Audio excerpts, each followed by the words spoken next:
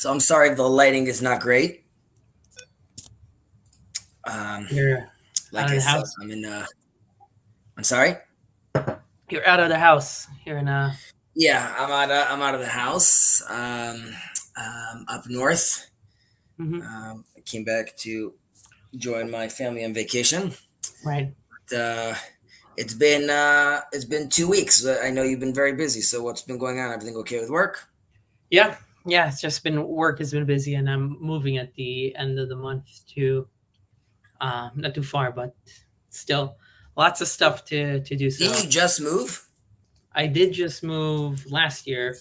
A year ago, I moved to Austin, and now I'm moving inside of Austin to another place. Aha, I got you. Yeah, a lot of moving in my life recently, Sorry but about that. not for bad reasons. So. Mhm. Um, let's say there. Okay. So we finished the intro last week. We basically we finished chapter one, Pirkei Mhm. Avot. We said we were going to.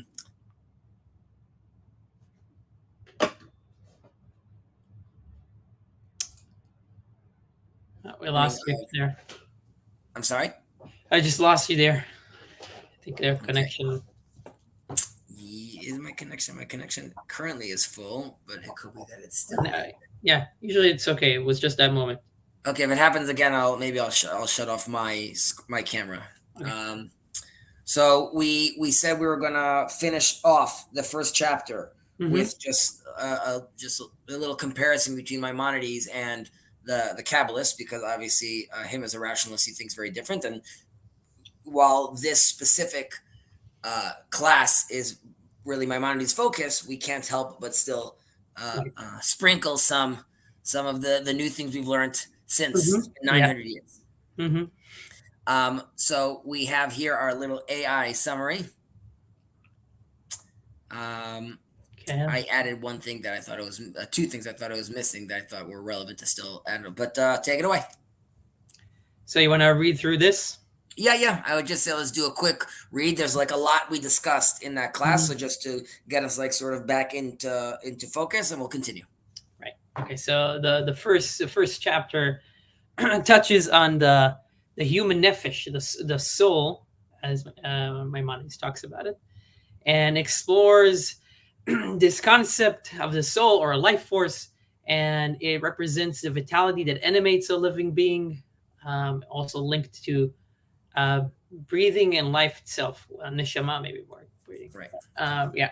So the key points here are the idea of this life force and how it breathes life into a person. That there are different levels of the soul. Well, in Jewish mysticism, there's different levels. I know that my Right. mind, like that's one of the differences, right? He doesn't see it as the soul is still united, or it is in full unity. We might talk about different aspects of it when we say levels. Um, so that's something to talk about. And then the biblical usage, nefesh comes up in Genesis. And then in terms of a broad meaning, it can include the emotions, a person's emotions, desires, moral character, and also the physical characteristics as well. Correct. I'm trying to kind of like Remind correct it, yourself. or yeah, as I go through it. Well, So that was just because we're throwing out a term called nefesh, right? It mhm, starts with nefesh adam echad. Like, what does this term nefesh mean? So we know Maimonides, but you were just giving like a little breakdown of like what this term generally means in Judaism. mhm. So a few concepts and functions of the nefesh that we spoke about: the oneness of the nefesh, of the soul, and this is something that the Rambam really dwells on. Um, the idea of Specifically, like he says over here, because the moral accountability, right? If I have a split nefesh, then like right, the person that mugged you was just my angry nefesh, but like I did nothing, right? And obviously, you are a complete person, even though there's different aspects of you that we will obviously explore. Nevertheless, I still have to be able to have a moral accountability. right. Um, Also, the concept of free will. I think we touched it with this discussed more deeply in later chapters as well, but talking about how that is essential for more responsibility. So that's connected to the point Chezi just made. In terms of functions of the soul, eating and loving, like the soul interacts with our physical actions and thoughts and feelings. So all of those are connected. And medical perspective, Rambam discusses different aspects of the soul according to Galen's categories: someach, chioni, sichli, so natural, vital, and rational. Right. This was just then when he says Rosh Kol HaRofim, right, the head of all the doctors at the time, he was giving an example of like how they break it out and how like we mapping onto that basically.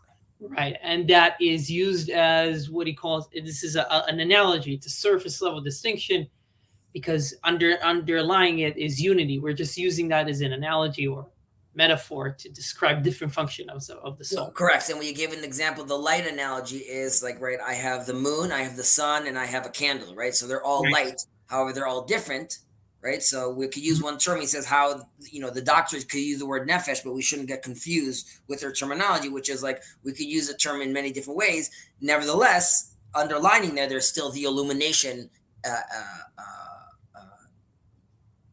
the illumination element, which is the Right. unifying element between them both. Yeah. Between all three of them. And then specifically the 5 parts of the nefesh that the Rambam talks about: the mezin, the nurturing one, the margish, the senses, the imagination, the mitorer, the emotional, and the sichli, the intellect. Right, and we said that was divided into, right, the theoretical and the practical. Right.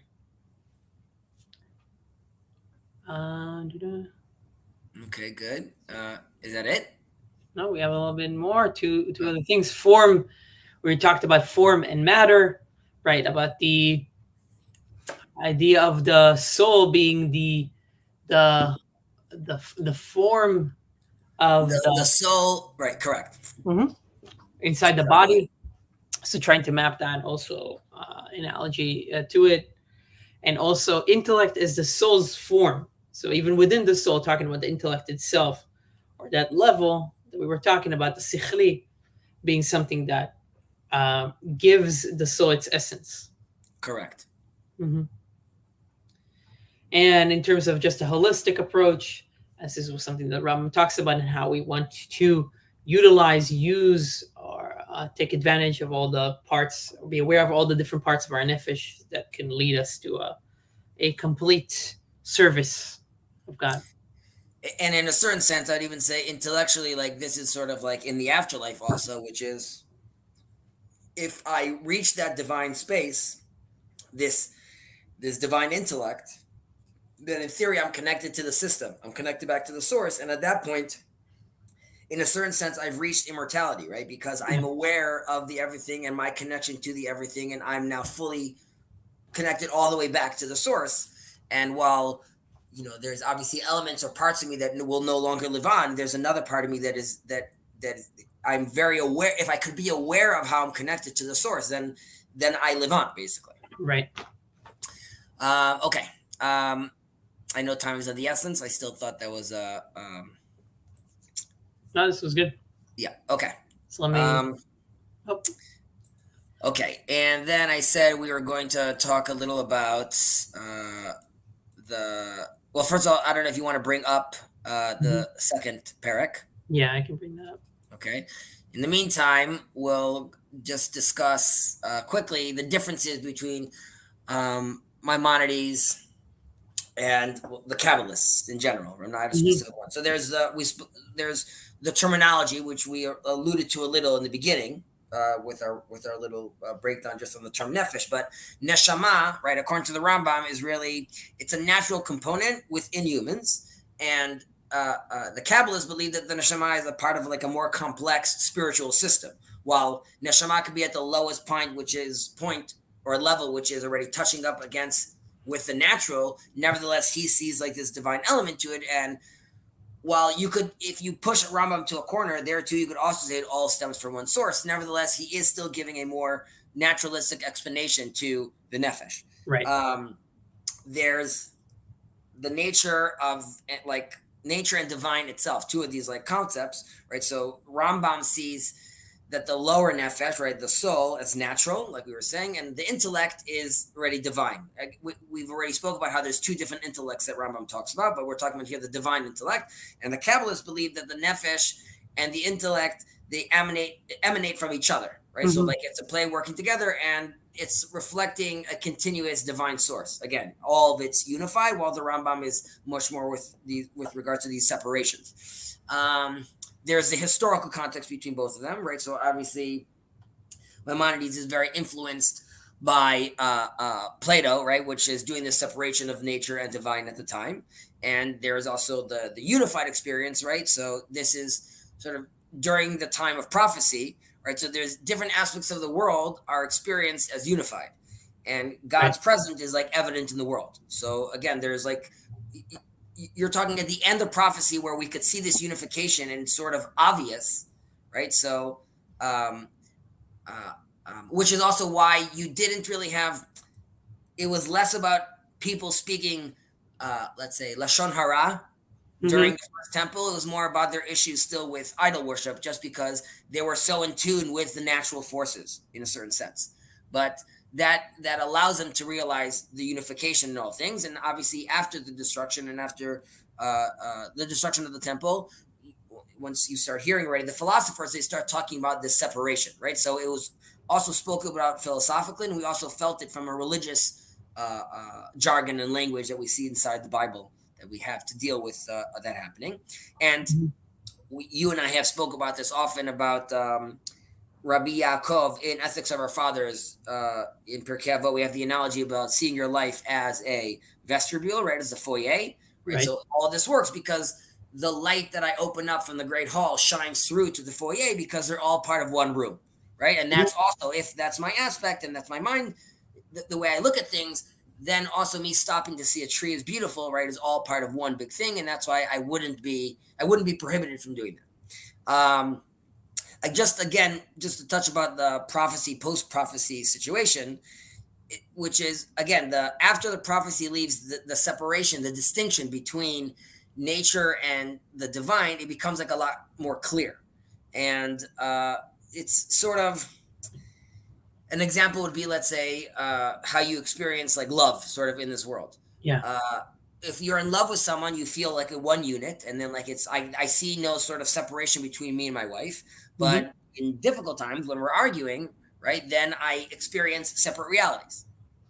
Right. There's like the other person, you feel like they have a perspective that is completely not shared with you. It's outside of what you understand about the world. Nachon. And right, so again, and the destruction of the temple really shifts the focus from the experiential, the more like embodied, to the intellectual, really understanding God, right? We spoke about this in the intro, which is the philosophers in Judaism had to use intellectual tricks really to try to start scratching and going back to what was experienced during the time of prophecy, right? So we're just alluding to that with intellectual moves, so to speak. And another major difference that we spoke about would be, again, like the world to come, right? So because Rambam sees this separation, right? So a foolish soul, or someone that doesn't work on orienting himself and connecting all the way to the divine intellect, he's erased when it's over, right? There's no divine providence to that kind of person, and he's completely detached. And that's why the soul cannot, let's say, necessarily reach its eternal life, because it's not fully connected and it hasn't been oriented. However, the Kabbalists believe, the divine spark is even in someone like wicked, right? So ultimately, it's all connected back. So even a wicked soul, there's the element in him that our job here is also to try to elevate those things, right? And to rectify tikkun olam, because we believe that ultimately all returns to the source, and the source is divine. So all aspects of him are also divine, obviously. And now, again, there's like sort of a moral superiority with regards to the Rambam view, which says like you must clean your room, you must, you got to take responsibility for your life if you want to have a place in the world to come. You got to actually walk the walk, right? Yeah. And I would say the last thing is the mindfulness of the soul itself, right? Which is, as far as like the Kabbalists are concerned, we understand that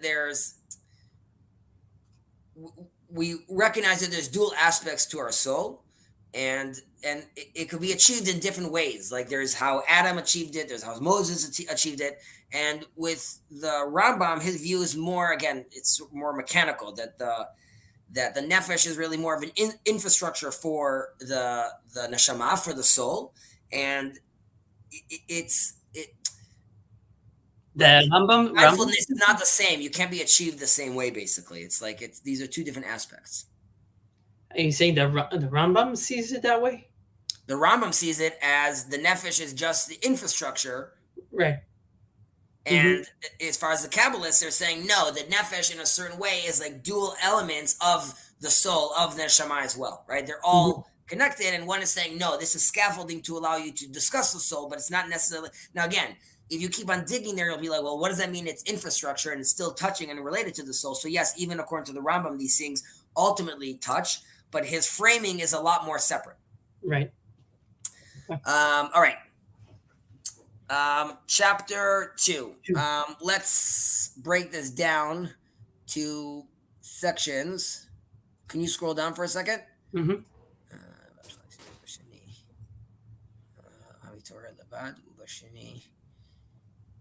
Yes, scroll down a little more if you don't mind. Yeah, I think this the chapter is shorter.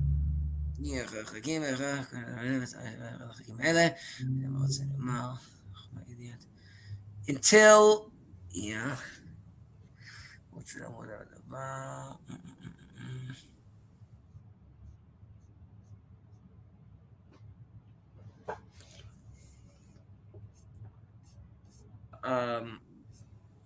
כוחות הנפש, מה שאין כן שאר כוחות הנפש.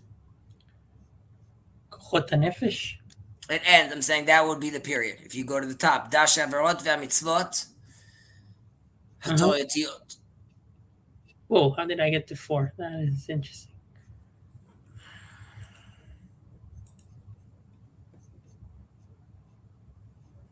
Is Kirk want to come in? Oh, here he is. I'm here. Oh, you're here. What's up, dude? Wait, I thought, Hezi, you're the one who brought me on. Maybe. No, Ben brought you in. Okay, so yeah, let me know when to stop. Let's write it. Yeah, but yeah. Okay, that's it. I'll do it in Hebrew first. Yeah. דע שהעבירות והמצוות התוריות אמנם יימצאו בשני חלקים מחלקי הנפש, והוא החלק המרגיש והחלק המתעורר לבד, ובשני אלו החלקים יהיו כל העבירות והמצוות. אמנם החלק הזן והחלק המדמה אין מצווה בו ולא עבירה, שאין לדעת ולבחירה באחד משניהם מעשה כלל, ולא יוכל האדם בדעתו לבטל מעשיהם או למעטם מפעולה אחת. הלא תראה ששני החלקים האלה, רוצה לומר הזן והמדמה, יעשו בעת השינה מה שאין כן בשאר כוחות הנפש. אך החלק השכלי... No, let's stop there. כוחות הנפש, right. Okay, so let's do it in English. Concerning the transgressions of the faculties of the soul and the designation of those faculties, which are the seat of the virtues and the vices, the mitzvot and the avirot. Know the transgressions and observances of the law have their origin only in 2 of the faculties of the soul, namely the sensitive, which I think we also call it the nourishing one, and the appetitive, and that to these 2 faculties alone are to be ascribed all transgressions and observances. The faculties of nutrition and imagination do not give rise to observance or transgression. For in connection with neither is there any conscious or voluntary act. That is, man cannot consciously suspend their functions, nor can he curtail any one of their activities.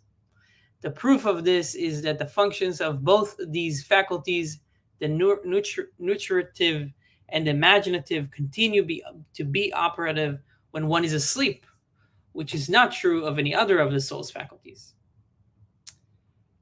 Did I pass it too? Yeah, I did. Okay.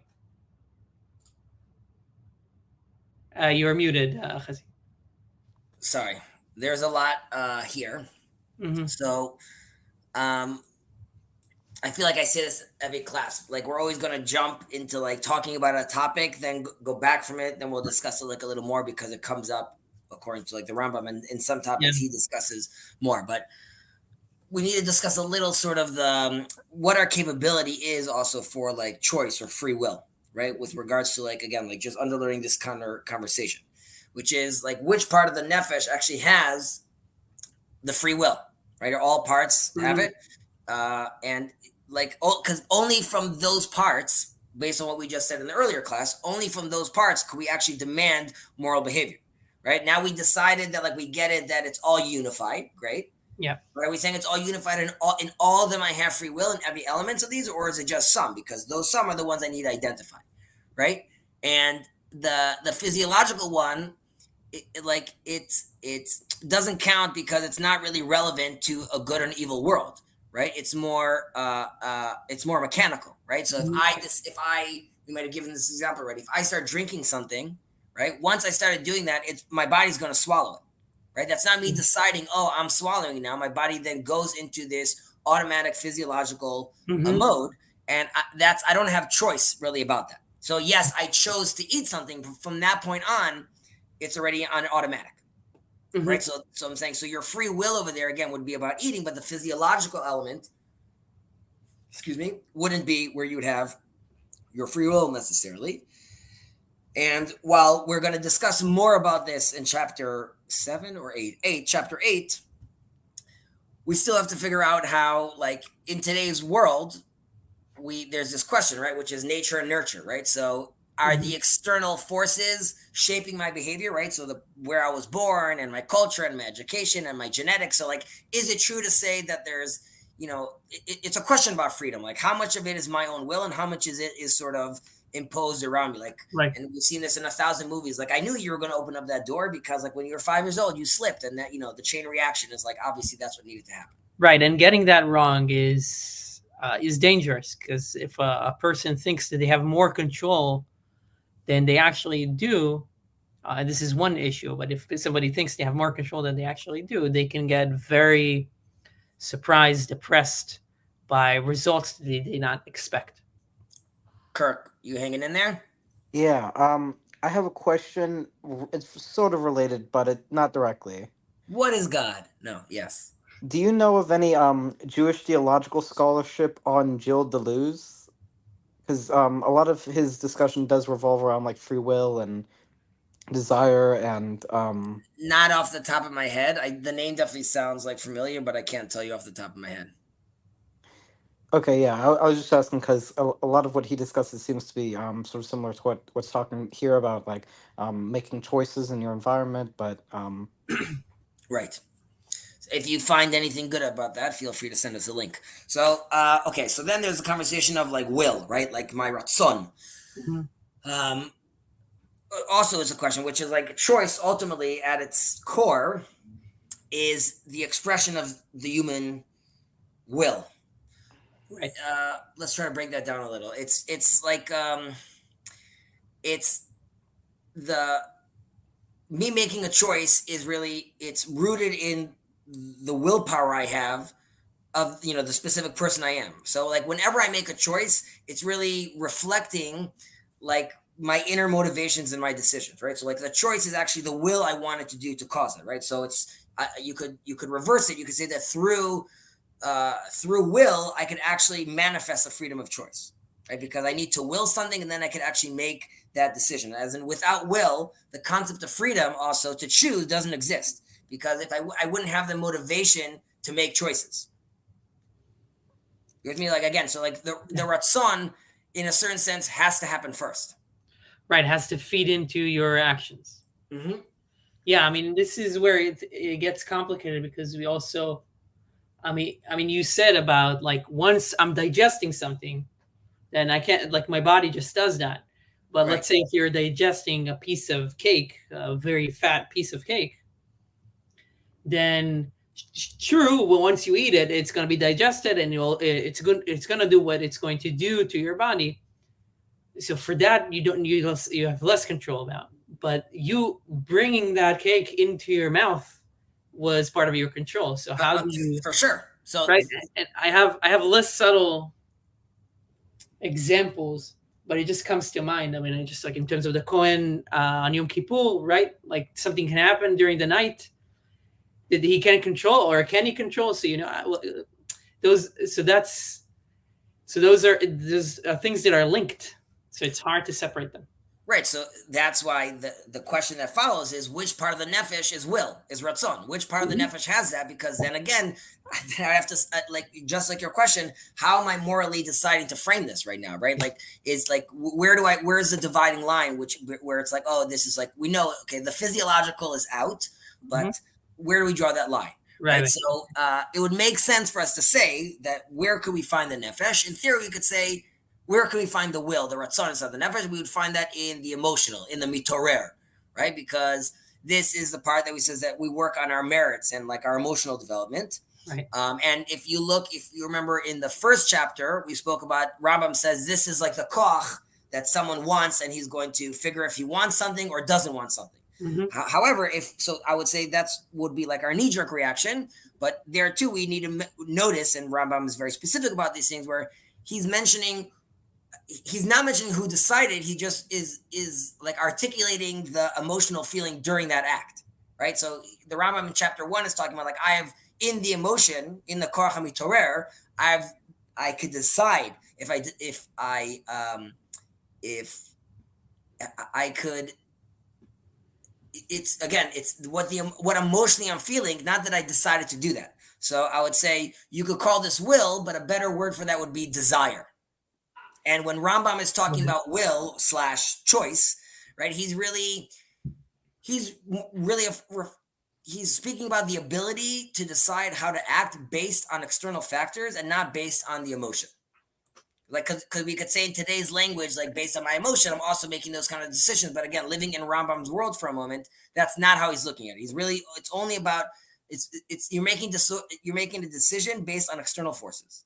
I'm controlling my emotion right now, and I'm deciding this sort of more like a computer, so to speak. Right. Yeah. And so on that focus, right, that like I'm looking at a computer, then I could say, okay, so the will is in the intellect, in the sechel, again, not the divine intellect, which is something else. This is like in my portion of the nefesh, which is the intellect. Yeah. But here too, the intellect is more about the ability to plan. It's less about the choosing, as in once the choice was made, then the intellect kicks in and starts planning. So it's before the choice. Wait, I'm sorry? You're saying the intellect is before the choice? Or is it's the initial, it's the, according to the Rambam, it's the initial stage in a certain way, which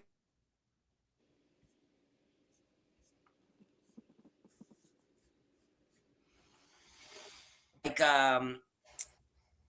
what's the word they use? Like a tipa, like a drop, but really more like a reflection, right? So the human intellect is a reflection, a very like, very far removed reflection of the divine will, right? Of the Ratzon Elohi. And when divine freedom sort of takes its formal characterization, right? Like when it actually builds itself a form, it becomes the source of an individual personality. So let's give an example.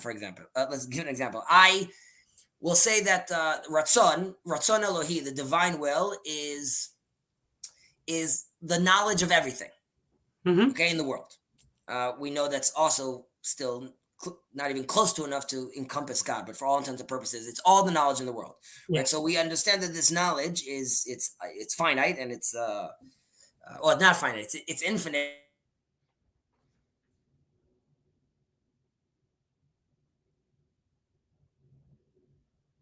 Useful and practical. I need to actually start structuring it and present it in a way that I can actually understand it and apply it. So this is where like a formal characterization comes in, right? So if it seems like that will is not part of the nefesh, rather, again, like will allows us to unify the 5 parts of the nefesh. So man's will allows him really to activate or not. Like I can activate my nefesh and portions of it, and since we believe as Jews or Christians, that free will is real, then we must say that nothing makes man want except for his will.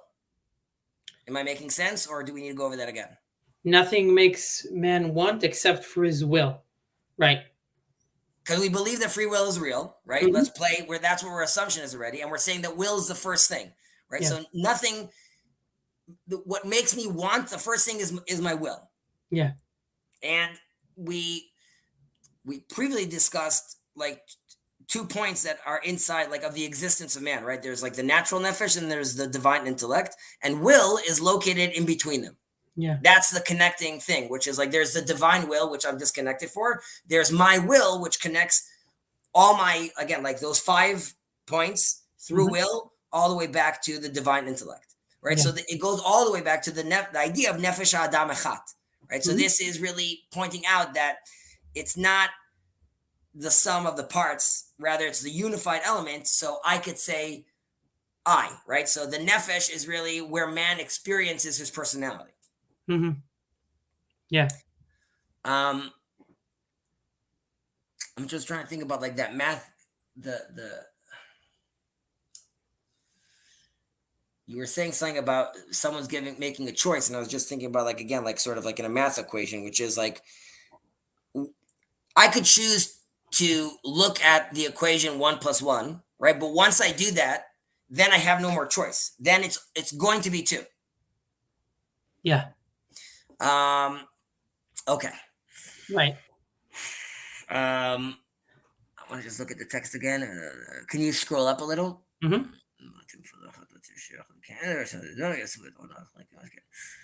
Okay, so we have still the parts of the nefesh where choice is located, right? We had like we were talking about, and it's separated sort of to 2 also. There's religious choice, and it says like it starts with, I don't know if you could go to the beginning of this chapter, I don't know if you recognize this word in Hebrew, but hatoratiot, from the Torah, right? That's what it means, like when the Toratiot. So we have straight from the Torah. So these are commandments really that are relate to parts of our nefesh, and it has like a choice component to it, right? So that's why we're commanded, because we can't control it, right? So there's the classic v'ahavta l'recha kamocha, right? Love thy neighbor. That's because I could decide not to love my neighbor, right? However, there is no commandment about controlling your height, because I have no control over that. I can't do anything about that, Right. and therefore that would be sort of that would be, again, that's why that's not relevant to mention that. And then there's the natural, right? Which is, are you conscious or are you aware? So the awareness is like a very important factor, definitely also for the Rambam, which is like, because that is when I have the ability to make a decision, right? And it's not considered like an impulse. So like when I'm sleeping, I could be dreaming, but that's not me making a conscious choice. And that's why that would be different between the religious or the natural. You could argue that lucid dreaming is still part of the intellect, and that's not like classic dreaming at that point, because you're sort of aware of what you're doing. What's lucid dreaming again? I'm sorry? What's lucid dreaming again? Lucid dreaming Yeah. is being able to while conscious, sort of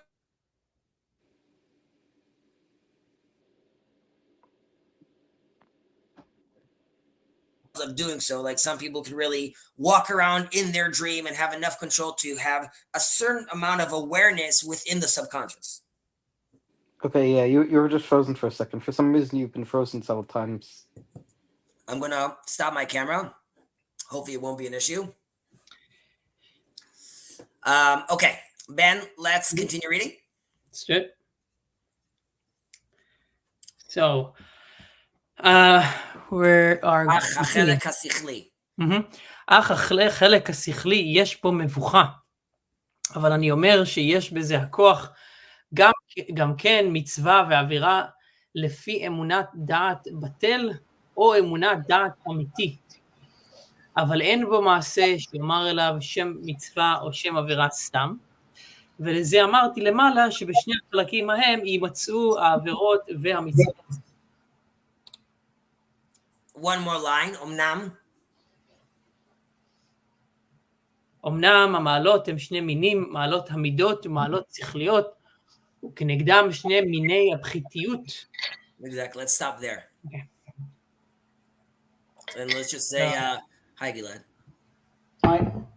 Here we have frequencies of nutrition. Right, so this is where we basically covered the 4 parts of the nefesh, and like now the question is also like about like the 5th in a certain way, the sichli. But let's read it in English.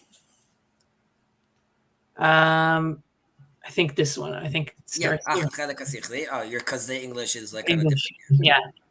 As regards the rational faculty, uncertainty prevails among philosophers, but I maintain that observance and transgression may also originate in this faculty, insofar as one believes a true or false doctrine, though no action may be designated as an observance or a transgression results therefrom.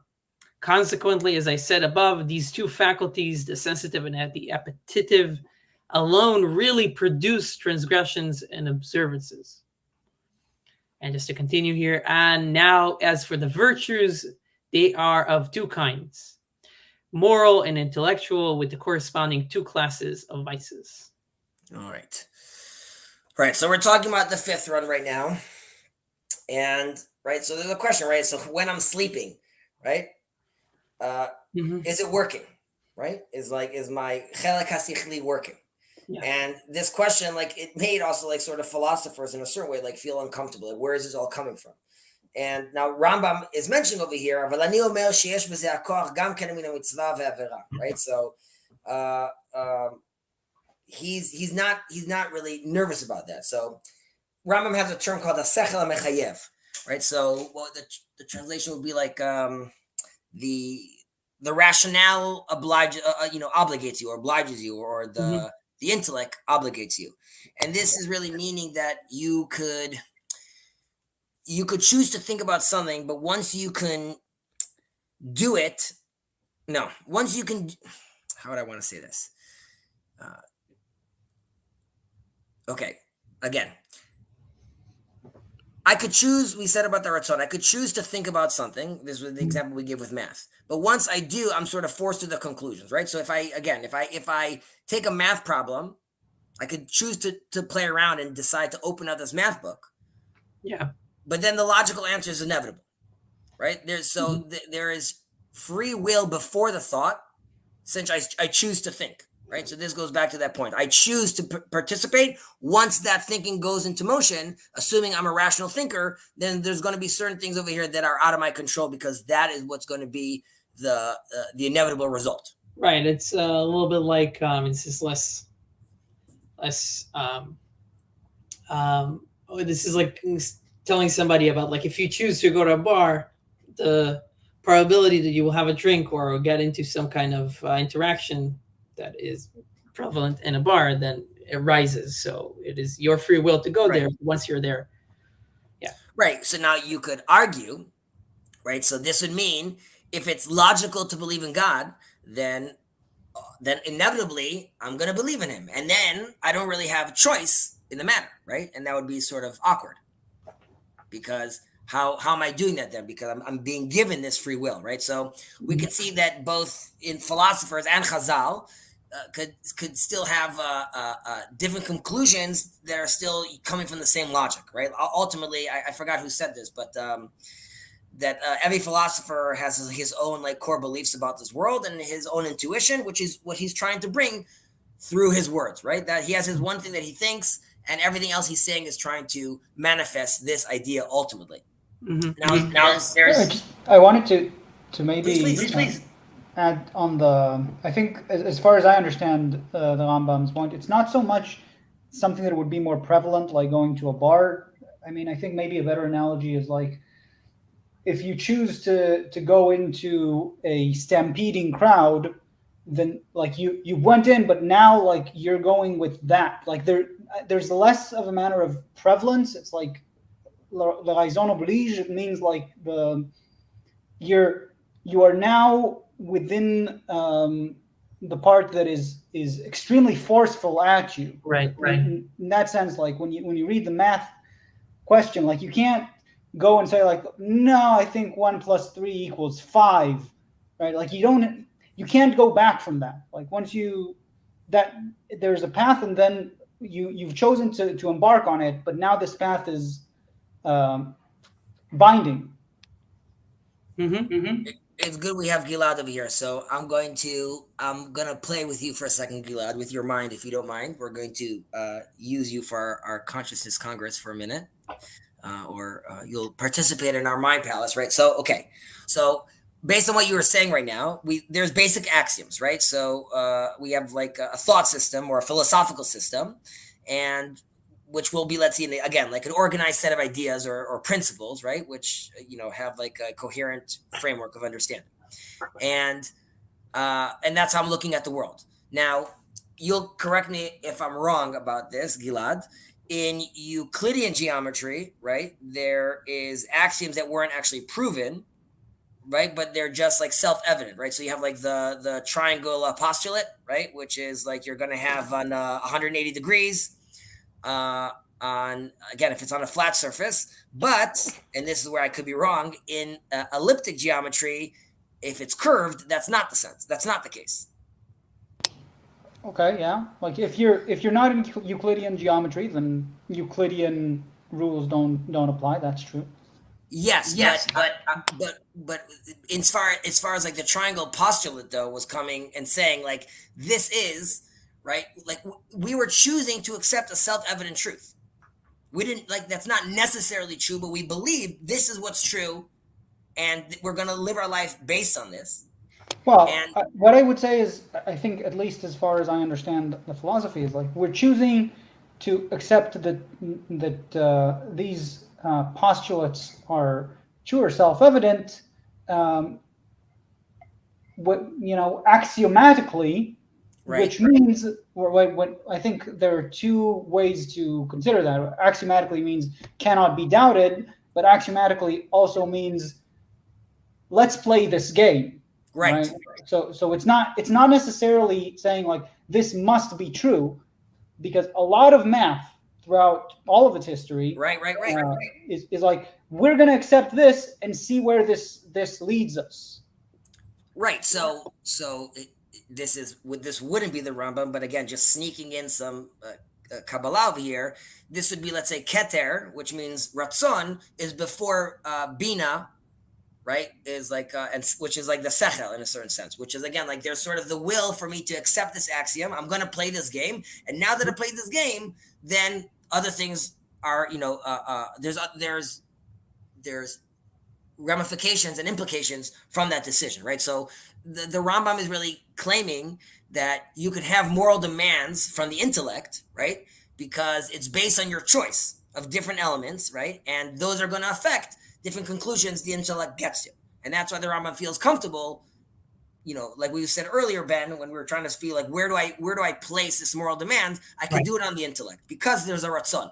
And this is why, in theory, I could demand that a Jew change his conclusions regarding, let's say, anthropomorphism, right? So there's a sense where, and the Rambam talks about this, which like, he says like the layman basically needs to depend on the rabbis, but that's not the ideal.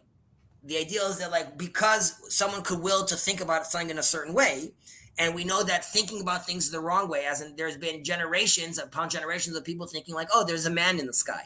So the Rambam says, listen, for the layman, like he'll just have to depend on the rabbi. Definitely at his time, 900 years ago, depending how intellectual people were. But ultimately, he says the ideal is for people to dig deeper, search deeper, and come to more proper realizations. And by doing so, I could demand they do that as well. So as someone gets older, I could start having a conversation with my son about like, okay, we had a story about Adam and Eve, and now we're going to have another story about Adam and Eve. And that's not just because like I'm trying to prepare you, quote unquote, for the world. It's because I truly believe that as you get older, and Gilad, this goes all the way to our side conversation, let's say that YouTube clip of Rabbi Goldberg speaking, which he says like, that's not what they're really learning, right? Like really that's the Torah they're engaging with is not actually the Torah that one should be engaging with. And according to the Rambam, going to, let's say, the ultra-Orthodox would be, you have a moral demand of them to like now like upgrade and phase shift into like a better version of understanding so you could reach better conclusions, because so far your conclusions have led you to, you know, not serving in the army, for example. Right. So I think this sorry, go ahead. this is coherent with his views on studying Torah in for the sake of Olam Haba. He says that's like a kid who does his homework for candy, right? You should it should all be lishma.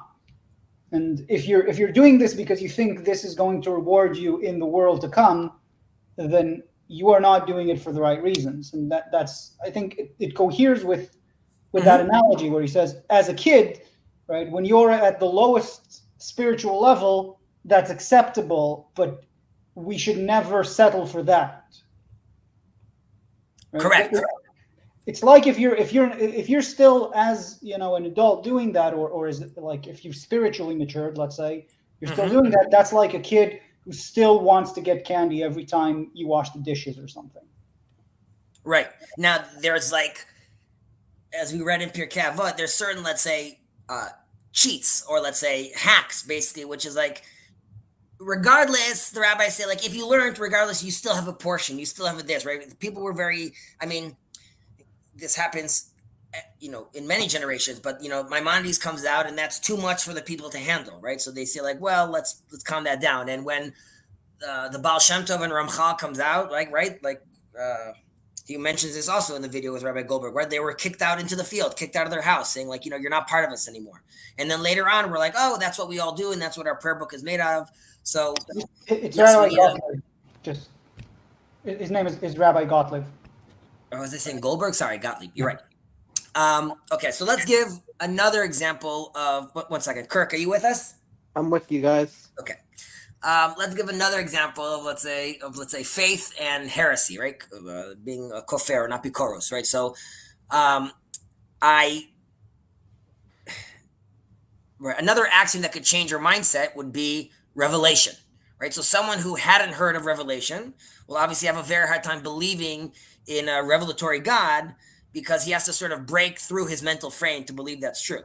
And now I would say, like, philosophers, generally speaking, see God sort of as mute, and he's also that's also like a limiting understanding of God. He's like sort of the first intellect, or God is sort of nature, sort of in the Spinoza sort of way. And but that philosopher is never going to know God as someone as Misha Diber ve'amar olam, right? Someone who spoke and the world was actually created, as we pray, because that's not his experience at all. That's not his mindset. And that person is called an apikoros, right? It's called a heretic, right? Because he believes the world is automatic. It's just running in the way it's supposed to run right now, and there isn't this even you could say we've advanced at the time, philosophers talking about like an unmoved mover or these ideas, still they're talking about this mute God.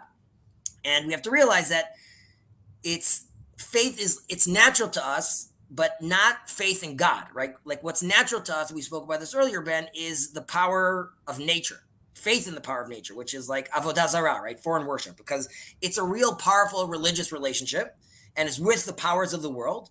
But we realize that's not really where we're supposed to be oriented. And of course, we see that in the temple, where we take all these elements of blood and incense and all these mother nature elements, and we're trying to orient them properly, right? So once Sinai happened, this changes the whole paradigm, right? And it forces everyone in the world to think differently. And I would say even after the Hebrew prophets, once their words are spread all over the world, even the philosophers start to discover the transcendental God. And again, like what we said, like while they don't speak about like divine providence, right? They're still seeing God from separate from this world. That's like a huge step forward as far as like religious people are concerned with regards to understanding how the world works, right? So if all the people that follow Abraham, and they looked at nature, this is a famous midrash, right? When he was a child, and he says, Yesh Adon Labira, right? There must be a master for this castle. And we should notice that he's not sure that God exists, but by questioning, right, he creates a space.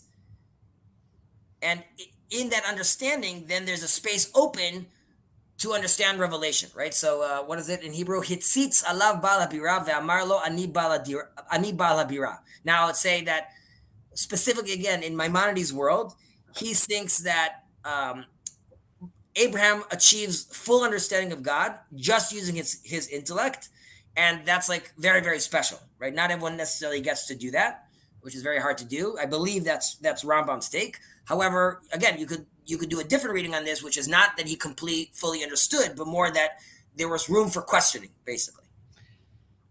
So what does that room for questioning bring about? You're saying that the room for questioning is bringing in the revelation, right?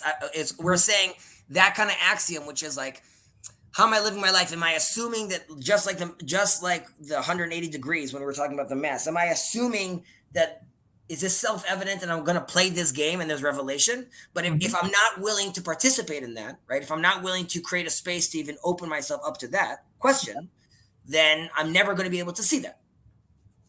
And then you have someone seeing sort of a mute God because they're not open to the idea that this is a God that spoke and created the world. And again, spoke, I understand that's like a loaded term, but I believe you understand what I mean. Yeah. Okay. Let's continue reading, or yeah, I think we continue reading. I know you have a hard stop at 10. Yeah, I have a hard stop at I should probably head out actually. Well, so let's stop over here. Is that there? I'm good with it. I mean, if you want to continue, I mean, I'm happy that people. No. I mean, I enjoy doing it. I enjoy doing it with everyone, but we're doing this. We're going through it. We'll go through it properly. It's all good. Sounds good. It ends up being, by the way, like these are the shorter chapters. I think like chapter 3, if I recall, is very short. We'll probably do that in one class. Chapter 4 and chapter 5 are very, very long. I'll probably take like 3 classes to do those. So yeah, we'll sit there. Sounds good. All right, sir. Take care. Thank you, everybody. Appreciate it. Thank you, everyone. Bye, Ben. I will. One second. I was thinking about him. And let me try to turn this on again, my camera. All right. So I don't want to move forward because I want to wait for Ben. But Kirk, do you have any questions, thoughts, complaints? No, I think this is all interesting. I mean, a lot of it is stuff I've already seen from rabbis who are talking about the soul, but it is interesting to go over it. I feel like you and Gilad have a lot to talk about when it comes to the Israel situation, and I don't have much to say there other than we're living in weird times. The one question I do have though is conceptually, I've heard an argument some atheists make, and I would like you to give potentially a Jewish theological response to it, that the existence of God as presented by traditional theistic religions, it's logically impossible because the law of identity states that everything which exists has a nature and identity to it. If God is infinite, then it can't have a specific nature. Therefore, God is logically impossible under the law of identity. This is a human-made law with a human brain. Right? God is outside these. I love that picture of you off. That God is outside those restrictions. So you don't believe the law of identity is is a part of the natural universe? Again, but even the whole universe, these are just like aspects of God ultimately. These are, like I'm saying, it's very like even the conversation we're having right now about like the divine intellect and all these parts of the nefesh, we're just, we're playing around with words ultimately at the end of the day. So as far as like the identity, do you want to use that term on God, identity? I mean, I would say that it's probably more coherent to say that God doesn't exist.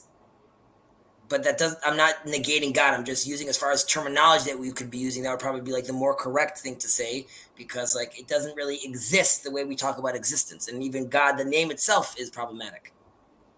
I understand. So it's just trying to impose a law like the law of identity on a transcendental being is a category error? I would think so. Okay. Yeah, that's understandable. Yoav, I don't know if you are comfortable with this or not, However, Gilad and I, first of all, I can't stay very long, but Gilad and I have been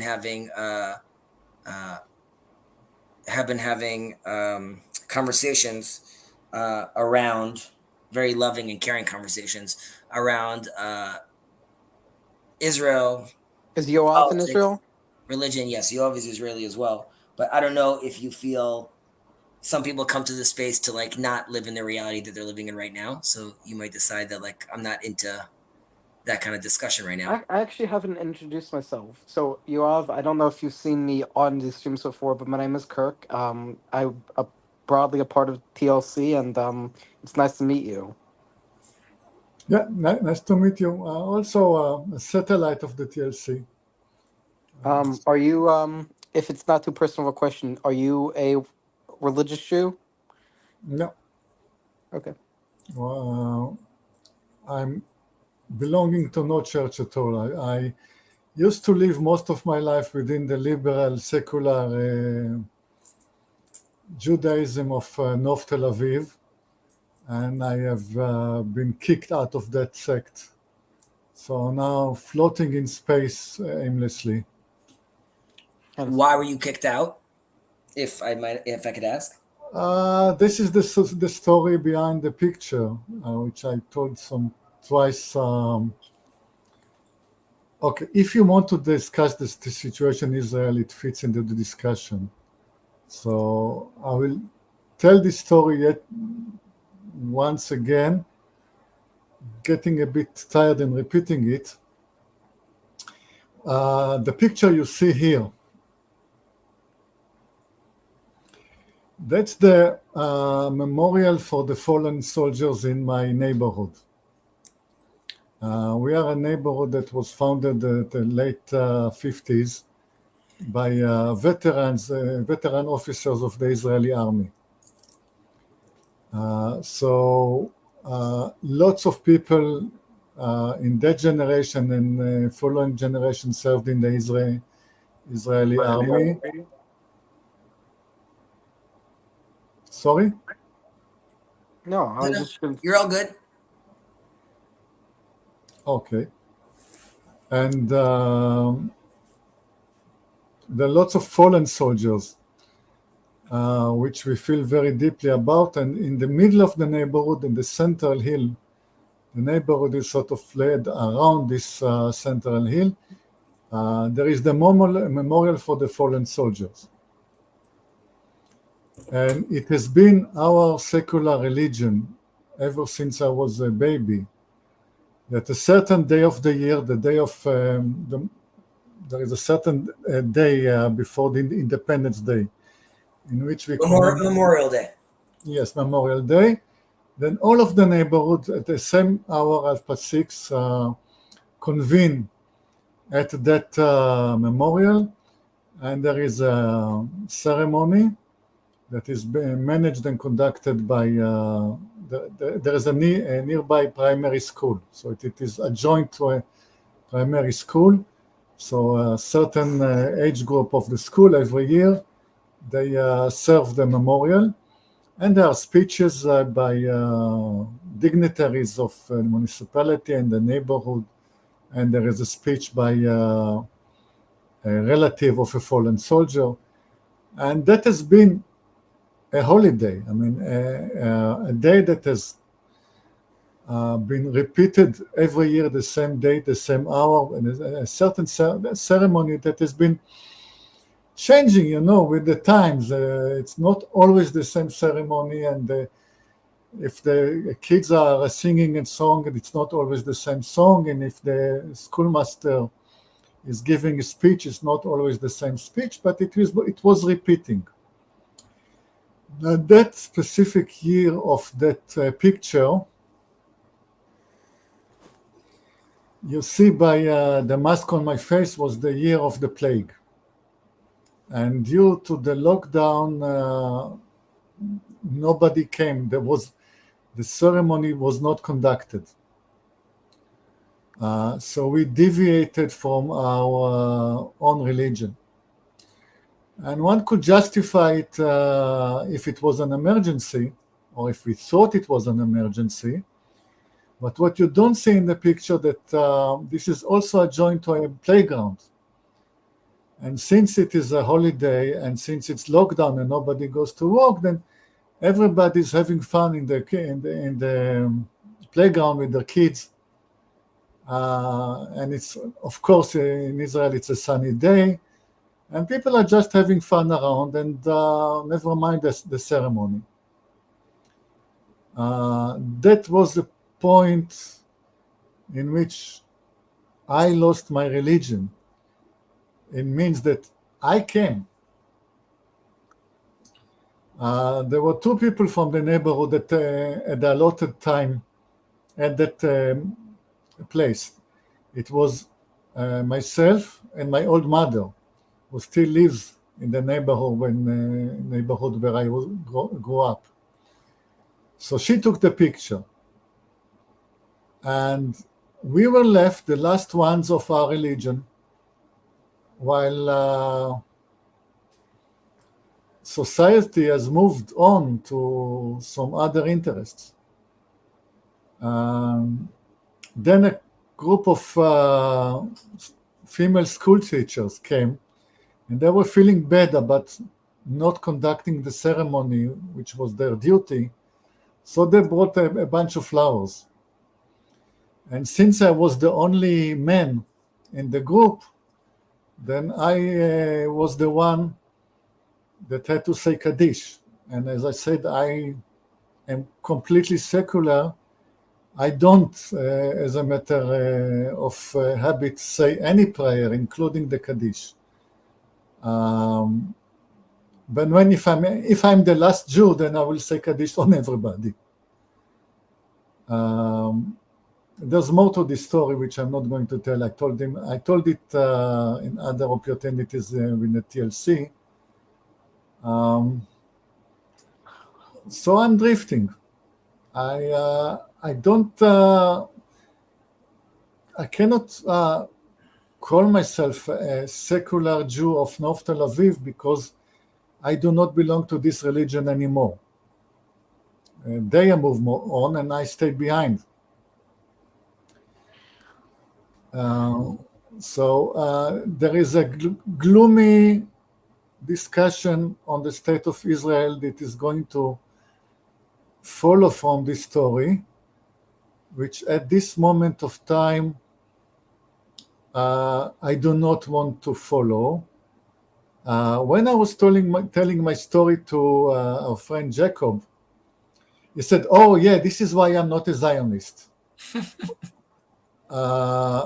I am a Zionist. Sorry? You're good. I am a Zionist, and there is a limit to how much bad publicity I'm going to give to the state of Israel at this point. I don't feel any particular need to complain at the moment. I'm just waiting for the other boot to drop, figuratively speaking. The reason I came up to the stage, I want to discuss some other issue relating to free choice. But if you are so keen to discuss the grave situation in Israel, then I will not stop you. You know what? My subject can wait to some other day.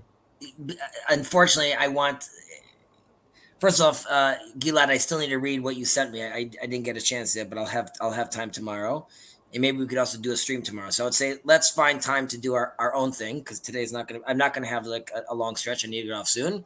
If you don't mind, let's just play a little with Yoav's question. Okay. Shall I bring up my subject? Hit us. Yeah. I'm going to connect two items that we have discussed today. Mathematical axioms or geometrical axioms and choice, the ability of choice. So I'm referring to the axiom of choice. I'm sure that Gilad knows what I'm talking about when I say the axiom of choice. Do you? Not sure that I do. Maybe it's a terminology thing. Okay. In geometry, let's say that you are following a proof in geometry. It's the first AOC. First, what? AOC. Axiom of choice, just as far Yes. as the acronym.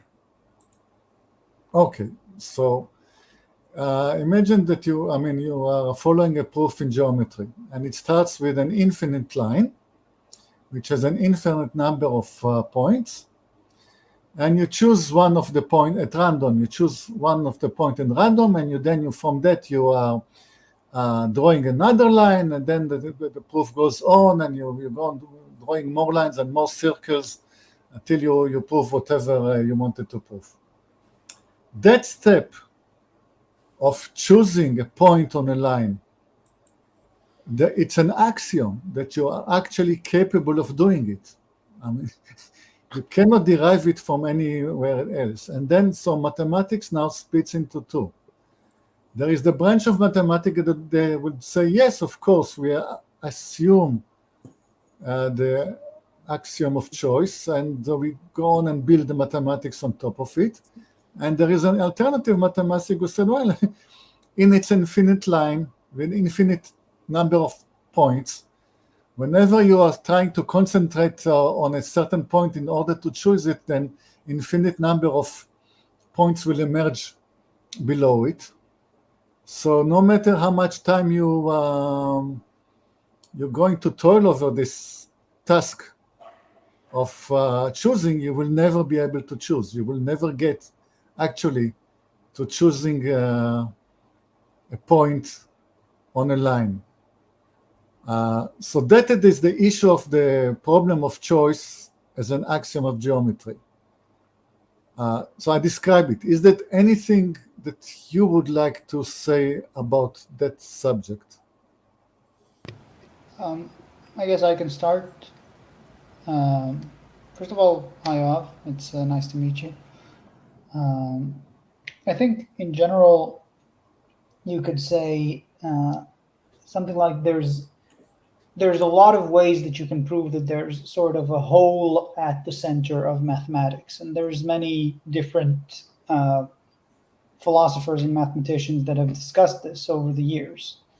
I guess my own version of that hole, which is something related to your infinite line, so it came up, is like if we assume that we use infinity, let's say in physics, because I'm a physicist, in our consistent way, then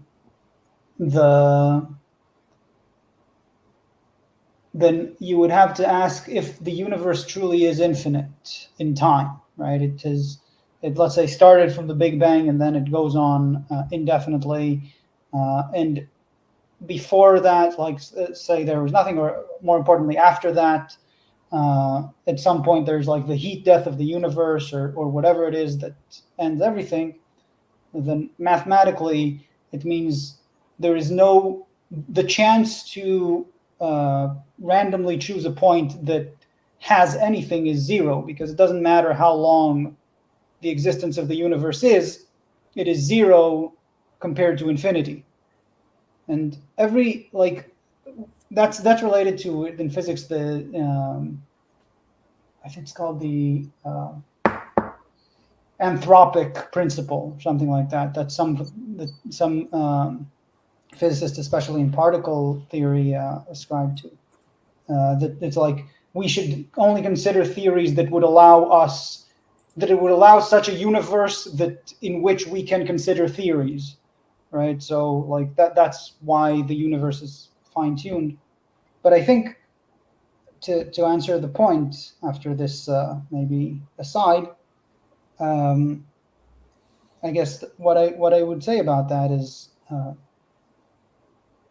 the language in mathematics, I think, is included within the realm of languages, is a very limited tool for us to try to understand things. And the marvel of mathematics is not that it's innately complete and always true, but the fact that it's so immensely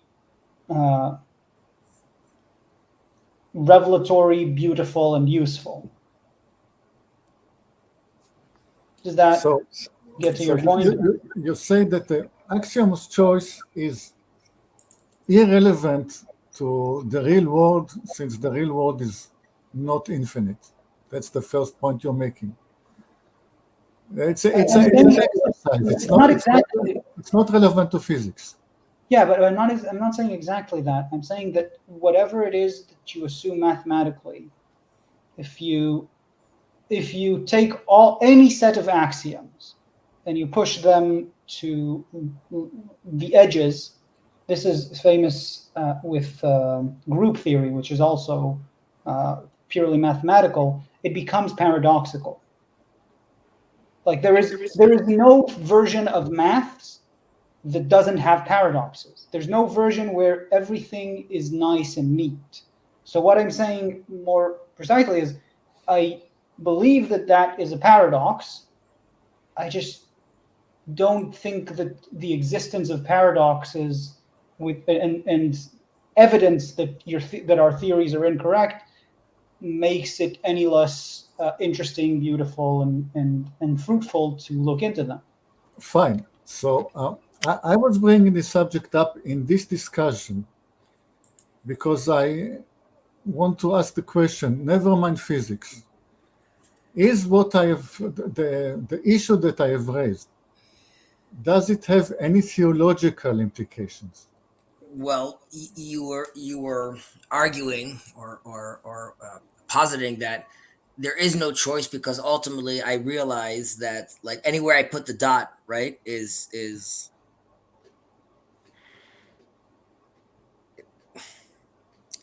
I still think that I still think that I'm still buying into the game, being aware that the dot I'm putting, even though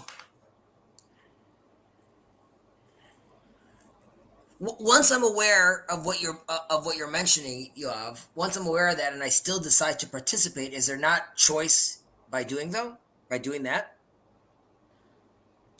Fine. Do you want me to go on? Because I can go on this line of thought. Yeah, I have a few more minutes. Okay, so I want to talk about Jacob's ladder because we are with this frame of Jacob's ladder. What is Jacob's ladder? Against it's mathematically. You're lying there on the ground, so you're firmly grounded in reality, and you're looking up. And what you're seeing is a ladder. A ladder is the discrete infinity. It's not a fireman's pole in which angels are sliding. It is composed of discrete steps. So I'm making the theological point that Jacob's ladder it's infinite, of course, because if you want to climb it, then you have to walk infinite number of steps. But it is the discrete infinity, it's the countable infinity, okay, which is different than the infinity in which I was talking before. And now, say that I am feeling virtuous and I want to start climbing the ladder, okay? Mm-hmm. So first thing I have to do is to know, to have a distinction between up and down. And I would assume that as a son of man, I have the capacity, even if I make mistakes, on the average, I will, if my aim is to go up, I will go up more than I will go down. But even this assumption is unnecessary because mathematically speaking, even if I don't know up from down, given infinite time, I will get there to infinity. But so the theological claim here is that mankind, the chain of father and son, if given enough time to go on to infinity, will at infinity reach God. However, I'm not sure that the measure of God is the countable infinity. If the measure of God is the uncountable infinity, then even after infinite steps of improvements, we will still not get there. Now I'll have to give you time to digest it, because I just put a bombshell on the table. I don't know where it leads, and I'm just putting it on the table and walking away.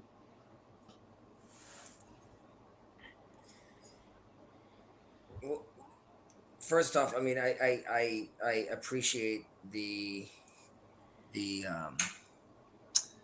perush, right? I'm saying you're obviously playing nicely with these ideas of the ideas of the going up and down. Excuse me for a What does second. Perush mean? My Interpretation. interpretation. Excuse me for a moment. Gilad? This was somewhat Yeah. relevant to your earlier point. Do you know of any mathematicians who solved Bertrand Russell's paradox? Which paradox? Bertrand Russell? Bertrand Russell's? It's a paradox, and I don't think it's solvable. I mean, it's the way that you're talking about the group theory one, right? Well, basically, Bertrand Russell's paradox is in set theory, or I guess you could say group theory, but it's Theory, about set theory. I might be mixing it up because I know it in Hebrew, and I don't always know the translation. The set of all sets or something. The paradox. Well, gentlemen, I'm sorry, I gotta go. However, I have no problem leaving this stream, and don't worry about it. I don't know if Kirk, you don't have. No, you can't. So I'll end it. I'll check on it in Wait, like an hour. one final question before we go. It's quick, and it's Yeah. simple, I promise. Do you guys have any plans to out the Kahanists in the government? No one here is in favor of those jokers. Please God, we'll be able to build a coalition of level 100 people. But yes, Kirk, you don't have to worry about that over here. That's not our cup of tea. Anyways, I'm out. All you guys have a fantastic night. Continue to feel free to talk, and I'll shut it out later. Catch you guys later. Sorry. Okay, bye. I think I'll go soon as well. But it was nice meeting you, Yoav, and nice seeing you as usual, Kirk. So It was nice seeing you too. What does you? I'm curious, Yoav. What do you do professionally, or are you retired? I'll show you.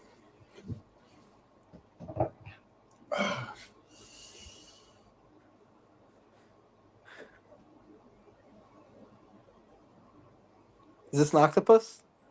Yes, it's a plastic octopus, and it comes out of a printer. It's a 3D printer in color. I'll show you some other stuff.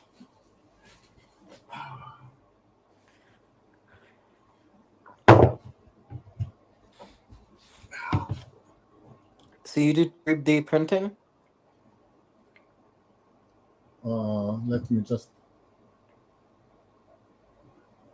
What's that supposed to be? It's a mechanism. It's a machine. I see. So you sell 3D printed objects? I'll just show you some other stuff. If the camera catches it. It's like a box? It's a semi-transparent box. No. Okay, here it is. Yeah.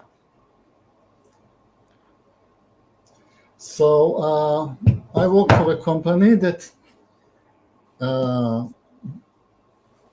builds the machine and the ink. And it's unique in that it prints in real color.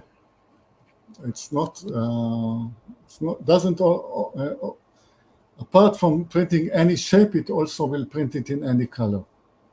I see. So you work for a 3D printing company? Yeah. Yeah. Well, I think I'm gonna head out, but I understand the situation in Israel with Netanyahu, and recently with Donald Trump potentially being elected in America has been very divisive. It's not an issue I know much about, but I do know that it's been getting weird recently since October 7th, and with the a lot of the pro-Palestinian protesters. I think I was very clear about me not wanting to discussing this I matter know. today. I understand. Maybe another day. Will you be here next week? I usually attend this whenever I can, or some other TLC discussions. I'm Well, almost retired, so I have lots of spare time. Well, maybe you'll be in the mood to talk about it then. Usually I go into a discussion if I have something clever to say.